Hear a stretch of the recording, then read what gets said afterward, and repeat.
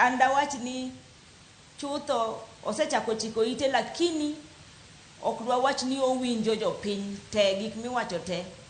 Kata kamano ochiko ite kendo osechako timo gik moko. Ne waneno kata ka cabinet be no bedo dissolve. Omiyo mano en ranyisi maber kendo mano nyiso ni rawere madhi mbele gi lweny ni wamedo mana sirogi, wan kaka mine wachung' kodgi, wamedo mana sirogi gimed mana choro duondgi nikech duondgi no e duondwa.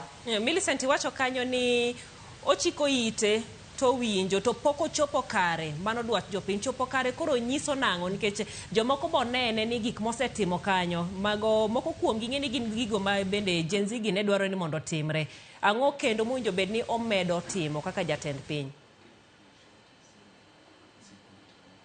Adiera kwang'iyo gigo monego bed ni timo, nitiere moko chuno nyaka kori luongo ganda ni ubet piny nikech en ker kendo en jatelo to wan gi pend chike makonyo tayo piny.